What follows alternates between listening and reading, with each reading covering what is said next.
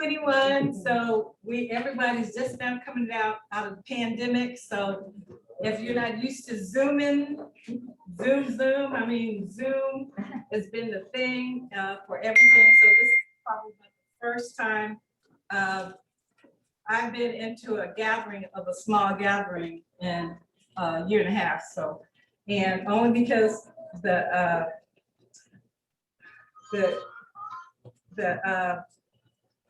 pandemic is starting back up. That's why we were asked, while we're inside to wear masks. So it's not about, it's just we want to protect everybody and everybody protect each other. Because even though Don was 90 years old, he did have some older friends, but not all of them. So, next, we're going to have one of his colleagues, Fiona Reddy.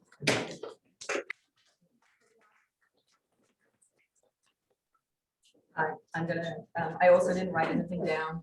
Dancers are famous for improving, but I don't feel very able to improv. I want to thank you for your beautiful words that have been said before. I'm a hot mess. I've got my tissue here. Thank you. I'm a complete professional, but it's losing me right now. So I'll say my story with Dawn because that's the easiest thing to talk about. I met him in 2009. I'm British, if anybody can hear it still. So I moved over to LA. I had children with my husband, who's Californian.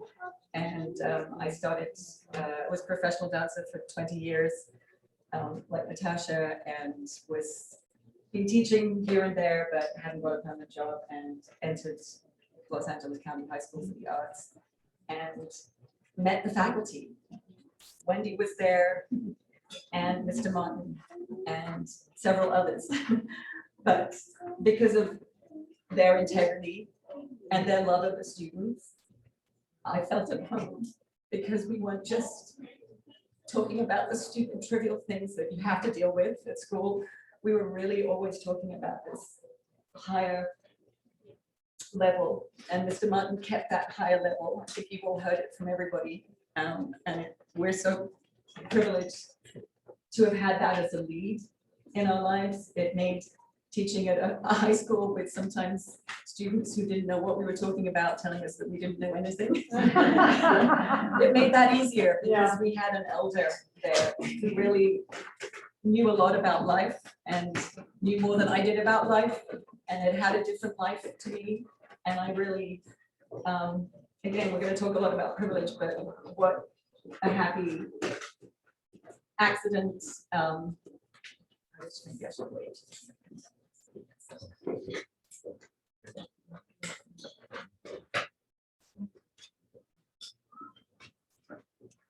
So that's how I met Mr. Martin. I think he made a comment about my jewelry one day, and we sort of bonded on some other level. I love to dress. He loves to dress. So we talked about many things. Long story, I could talk about all the students. We had another gathering with Luxor alums earlier in the week, and the love that poured out was phenomenal, and it's so touching. And I've now been given this small opportunity. I also want to just touch on this weird timing that I came to see Mr. Martin on the 3rd of July. We've been talking about seeing each other through the pandemic, through everything we've been in touch. That just was the timing when I came. Lee was here. I met other people who came. It was really, he told everybody that I think he came in contact with, he was ready to go. And he told me that again, over and over again. We talked about Wimbledon. He was lying in state beautifully in his room. It was, it was this beautiful apartment. I noticed that everything, he'd been giving things away already. Everything was ready for his departure, really. But in my mind, of course, he was going to be here for a long time. So it did come as a shock the next day. He actually called me that morning. So I was on my way to talk to Lee. So for me, at the same time, I've been made co-chair, interim co-chair of Luxor Dance Department. So I'm going to just say that there was some strange coincidence of the timing. because I can't explain it otherwise. In fact, the rumor was that I'd been fired. So there you go. If you want politics, I was in the middle of thinking I will be bowing out of Luxor, and instead I got this opportunity for a year to be here. And all I can say is I'm going to do my damnedest to do what should have been done a long time ago, to just bring Mr. Martin back to Luxor, and you're all invited for whatever I can pull together in this time that I'm here. There are politics of flying, but I will do my my damnedest and my best by him, because I joke with Patty, who I'm going to introduce in a minute, that we should all have bracelets. In fact, I want to do this, I think, anyhow, saying, what would Mr. Martin, instead of what would Mr. Dutton do, but what would Mr. Martin say? And I'm going to have one made for me, because it's certainly while I'm holding this position, I want to feel his words, and I want to, and let the generation that are here now understand the legacy and pass it on. We all know it's so important. It gets lost. We've had a pandemic. Lots of things have got lost, but I feel strongly that that's one thing that I can try and do. And thank you for any support in that way. Yeah. And so.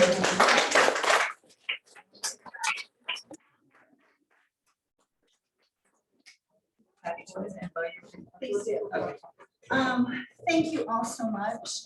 Thank you, Vicki, who we happened to be visiting on the day she was down here helping get some of his things to where they needed to go and so on. Thank you, Miles and Lee.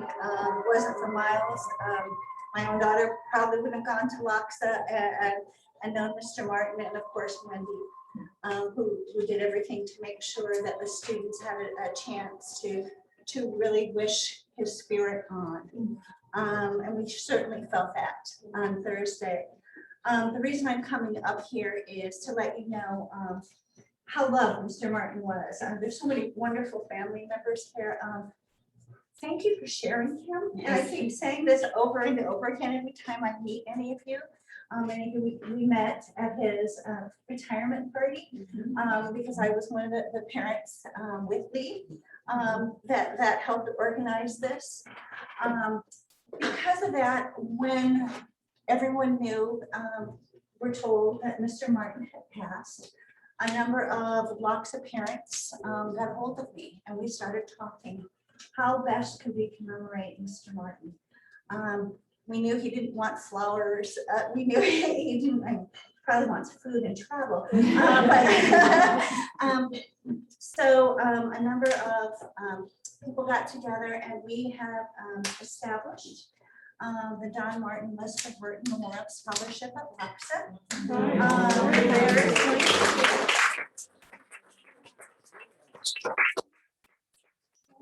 And Natasha and others who've been involved with Mr. Martin. We'll be choosing students to really help them with their own dance careers. One of the things Don would always talk about, how the unusual circumstance of watching a friend go to dance brought him to this great passion and this great love, and how he had all these incredible opportunities, that he lived this great life because he had these great opportunities. And so in his name, we also talked about the students that don't always get those opportunities, and how it would be fitting to commemorate him by having scholarships, because many of these wonderful Loxa students win scholarships to these dance programs in New York and Philadelphia and Miami and Paris and Barcelona, but they cover the tuition for the program, but they don't cover their living expenses or how they get there, or even clothes and ballet shoes and all those sorts of things. So this scholarship is in Don's name, so those students can, who've made those opportunities for themselves, be able to go ahead and achieve that. So next month on the Loxa webpage, if you want any more information, Vicki and Natasha have my information. I'll be posting this out for anyone that wishes to join in as we establish this scholarship in this May. One last thing. Everyone in the dance world goes through ups and downs, and I went through something where we weren't quite sure if we even wanted our daughter to stay at the LA County High School of the Arts. And I sat with Fiona and Mr. Martin. And he said something really, really profound. He said, you know, I love Steffi, but she's sometimes too nice. She lets people steal her spotlight. Always remind her never to let, you can always share, but never let others steal your spotlight. And that's Don. He shared his gifts. He never let anyone steal their spotlight. He will always be Mr. Martin. It was always hard for any of us, even though he told us to call him Don, he chose Mr. Martin, and that really was a sign of affection. And the scholarship is really because he means so much to so many of us. So again, to the family, to Lee, to Vicky, Natasha, thank you so much for sharing.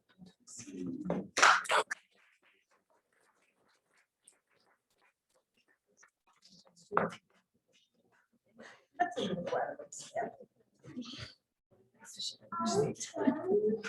clever. Our next speaker is going to be Ronnie and Connie Mendel, one of Don's oldest buddies. They're buddies. So Connie and Ronnie. Ronnie and Ronnie. It looks to me like this is good.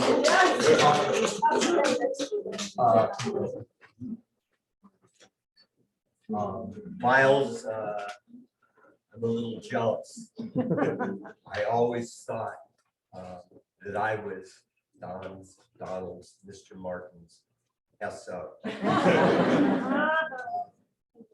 I was going to end with this, but I'll start with it because it's so apropos. Other than my father, Don is the only male that I've ever told or said to, I love you. I did that more than once. I got the opportunity to do it again in his final days. And Don, I love you. In 1961, I was a sophomore at University of Southern California, and a friend of mine I needed a tie. A friend of mine suggested we go to Mr. Guy, which was at the time on the corner of Fairfax and 3rd Street in Los Angeles. Somehow, Don came into my life. He was the guy that approached me and asked, can I help you? And there was some magic, and yeah, I said yes. And to this day, I can't forget the extravagance I made that day. I bought 3 ties, and back in 1961, they each cost $7.50. That was a hell of a lot of money. Don said, if you're gonna, they were all the same, it's different colors. They were beautiful striped ties, and they get one if you need them all. So I bought them all. So over the years, as many of you know, Mr. Guy moved from the corner of Fairfax and 3rd Street to the corner of Rodeo and Brighton in Beverly Hills. Mr. Guy Greengard, Don was very close to on a love-hate relationship. He had many of those, I think. Guy started the business, and I don't know that he could have done it without Don. Don had that impeccable taste, as did Guy, but Don was the shopper. He and Guy every year would go to Italy and France and England and looking for clothes. And it was a shop that was second to none. It wasn't one designer. It wasn't a specific designer. It wasn't a group of designers. They just had the best designers there. And I was lucky enough, every year Don would go there, and he would think of me when he was buying. At the time, it was a 36 short, and he came back with several suits and other accessories that he thought I would enjoy. So every year I'd come in after the new deliveries came in. I'd buy a suit. Mr. Guy had a credit card arrangement. I'd pay it off over a few months. I'd buy another suit that Don had brought in for me. So he kept me wonderfully dressed. In fact, until Don quit, or till Mr. Guy closed 22 years later, I never bought a piece of attire from anyone other than Don and Mr. Guy. Con and I would go in there every Saturday. We'd have business, have breakfast and Nate Now's. We'd go over and talk with Don, and I never walked out without something. Very expensive friendship. One of Don's good friends, Anthony, from Mr. Guy, is here. I'm glad to see that. We spent a lot of good time together. Over the years, you know, I was with Don through the Mr. Guy days and his early retirement. And he called me one day and told me he'd been offered this opportunity to go to Washington, D.C. To the Library of Congress to document the Lester Horton dance. And which I was flabbergasted by. I love that he'd done it because over the years, Con and I had been up here having dinner. He'd been to our house having dinner.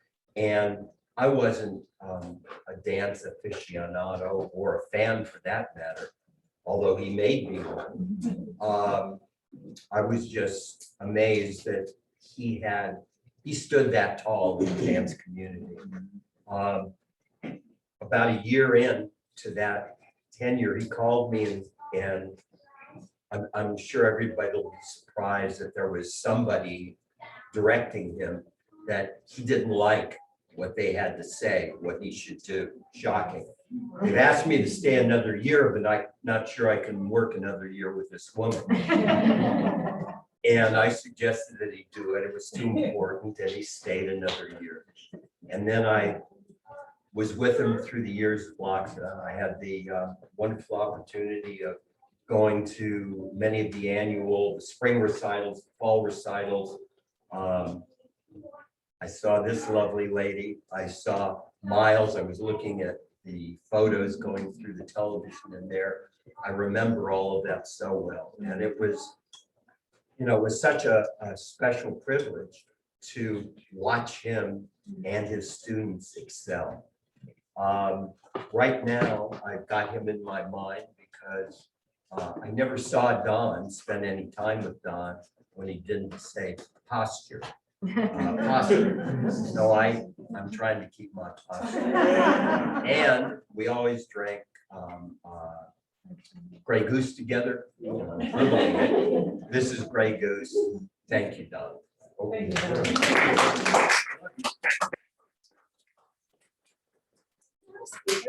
I really don't have a lot of funny stories to tell, but I want to say that Don's elegance came from all his family.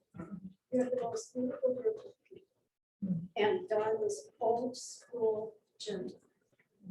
And I know perfect. It is just too loving to not think about it. You're lucky. See this. Yeah. Bless you all for being Don's.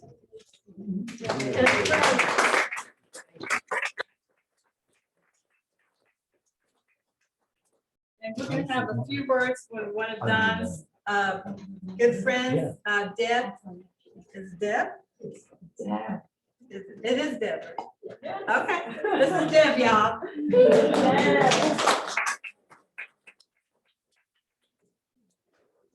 Well, you said it all.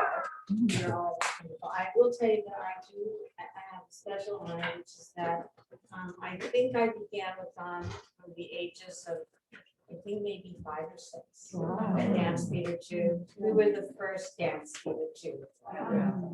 So I've had a lifetime with him, and there are no words of gratitude or love. But I will say, and Tasha and I talked about it, this is exactly what he wanted. It meant so much more than anything to have all of you here also we spoke about not only for you to gather here, but in this home that he loved so much and shared with us, and was such an extension of his great eye, of his amazing, amazing imagination, and of his grace and taste that he really bestowed on all of us and that we carry with us. And all I can tell you, and I know because I would hear this on a daily basis, nothing would be more important to him than having this baby. Not just an honor, but he loved a wonderful time. And he really wants this to be a celebration. And thank you so much.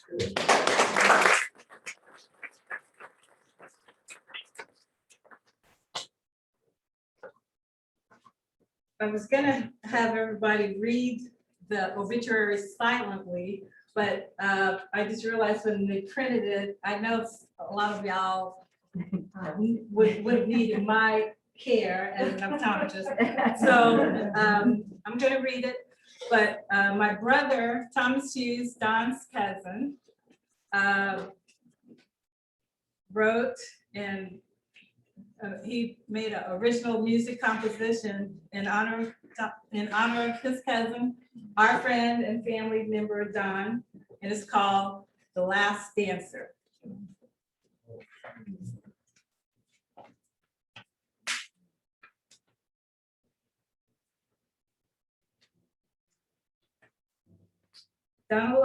Don Martin was born in the 3rd Ward of Houston, Texas on June 30th, 1931.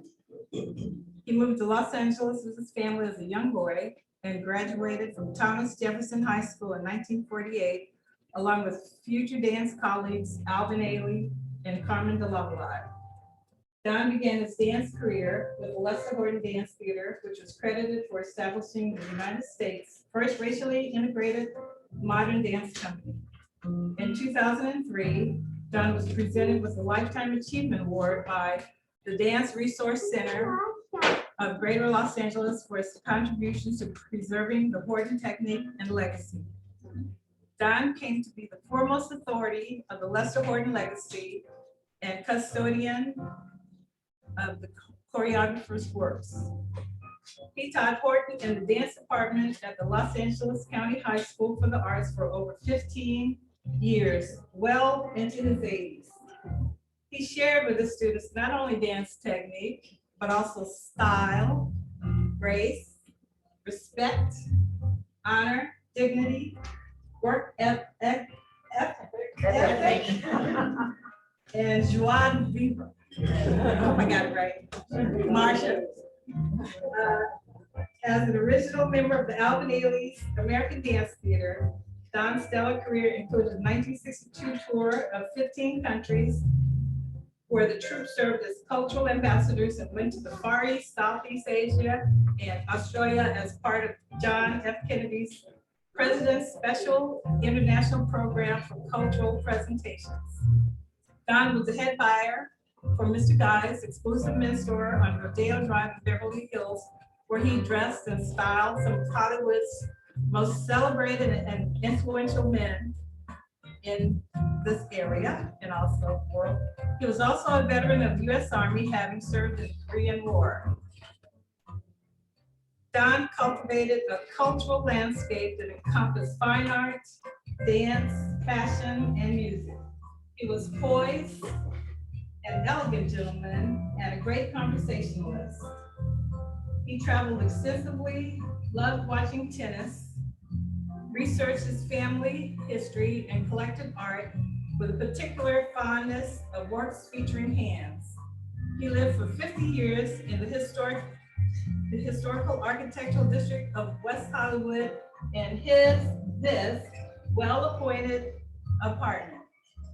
He would entertain his cherished family and close friends, including James Baldwin, Cicely Tyson, Carmen de Lavalade, Maya Angelou, Juliet Krause, and Odetta Holmes. Don and Maya Angelou were lifelong friends. He was a central speaker in her first featured documentary, Maya Angelou, and Still I Rise. His comment about her being a Giacometti statue was a memorable moment in the film. On June 20th, Don Martin celebrated his 90th birthday with treasured family, friends, and his favorite champagne, Cristal.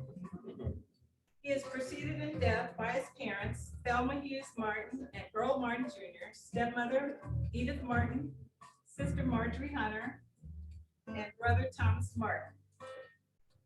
He is survived by his first cousins, Thomas D. Hughes, Dr. Vicky L. Hughes, Mimi Hughes, Kathleen Hughes Selleck, John, Anna Z. Chase, Rosalie Williams, and Keith Williams.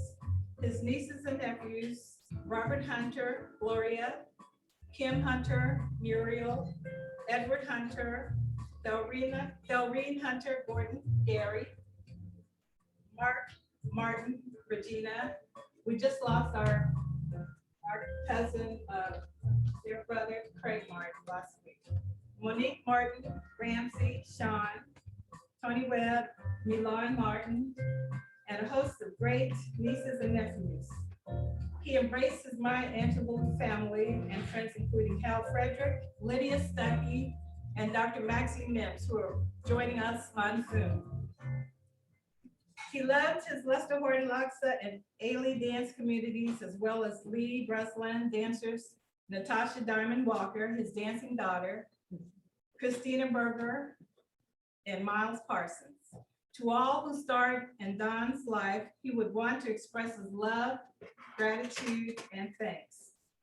Don passed away in his beloved home on the 4th of July, a day that celebrates freedom. This was his time for a graceful and final bow, and there were fireworks.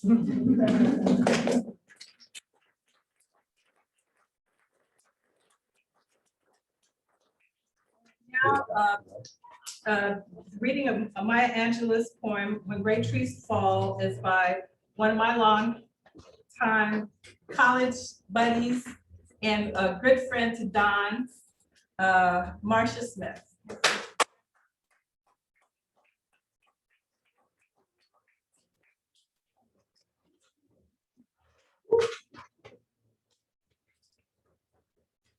When great trees fall, rocks on distant hills shudder.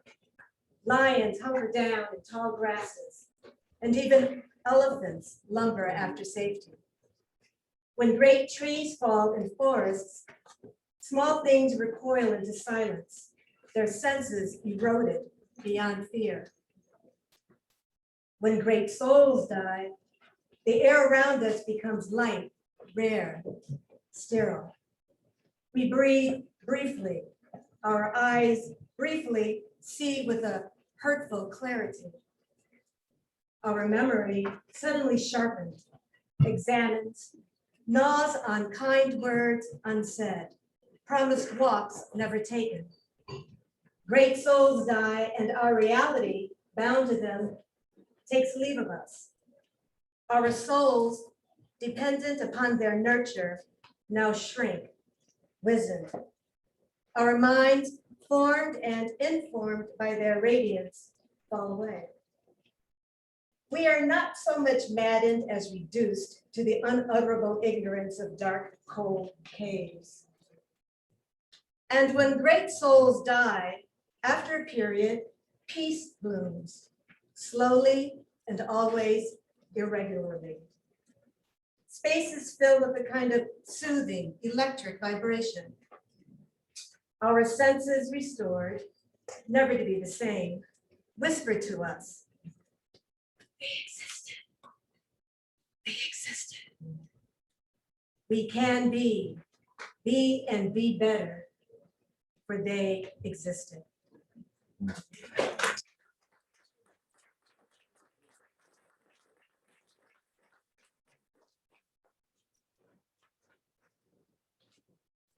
So I just want to thank everyone for being here.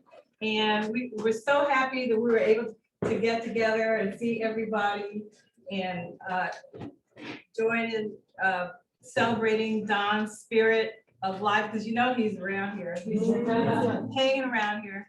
And I hope he enjoyed it. I think he did. He was saying, good job, cuz. So right now, we want everybody to imbibe. We have some refreshments, there's drinks, and if you want to go outside in the garden, in the courtyard there. I see some good friends of his that flew in from Seattle, Mona and Lisa Terry, and Mary and Jean DeWitt came from Arizona. And Joan Myers came from Philadelphia. Karen and Rodney came from Carlsbad, and their family came here from Ohio. So Don is well represented worldwide, and then also his Zoom family are from all over the country. And so, yeah, that's the Zoom folks. A lot of folks who weren't able to come because COVID restrictions and stuff like that. But we're so happy everybody was here and so glad to see everybody. And we appreciate you so much and so grateful that y'all were here to help us share our cousin, well, my cousin, but your friend. And as Don and Maya Angelou used to say, you can't choose your family, but you can choose your friends who you want to be your family. I think I said it right. Okay, so we're all family here, and we're all part of Don Martin family. Thank you.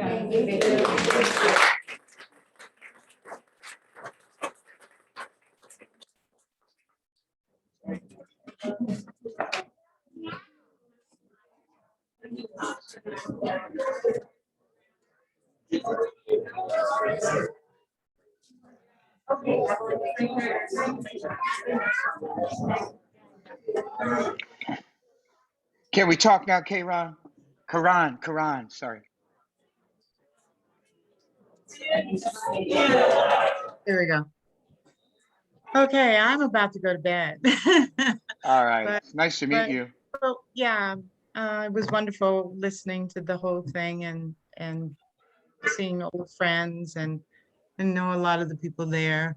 And yeah, good song. I was like grooving with that music you wrote. Well, thank you. It's hard to hear over Zoom the real quality of it, but you know. My son's a musician. I get it. Yeah. Nice to So, meet you, Jacqueline. Thank you. Same here. And it was a whole tribute to Don. I enjoyed meeting all you all. And it's funny how passing of someone always brings people together and new friends along the way. So with that, good evening, everybody. It's time for us East Coast people. So I got hot clinging up in here. Hey, Dr. Matt. So take care and hope to see you all again sometime. All right. absolutely. Nancy, Yes. auf Wiedersehen. Auf Wiedersehen. Good to meet you. It was great to be able to be here. And we'll sleep in tomorrow, right, Karan? Well, yeah, kind of. Sure. At least a 9. Right. It's great to see you. Hug that baby for me and give Ashley my love as well.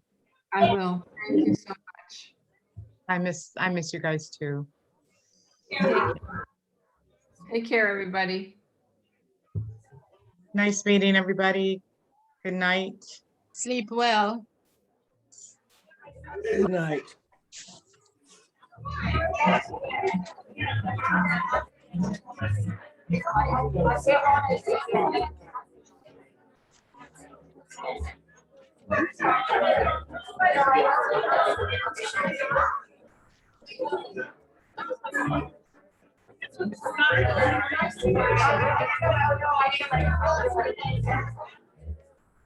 Okay.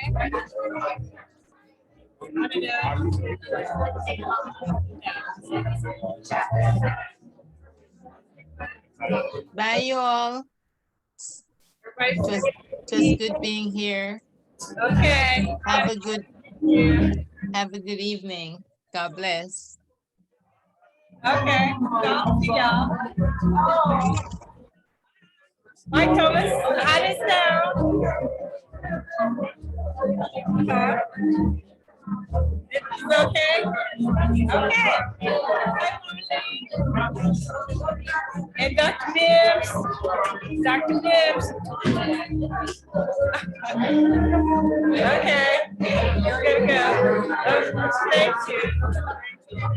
Okay, that's all the folks. So you were here, Dr. Bibbs and Marlene. Okay. I'm gonna stop.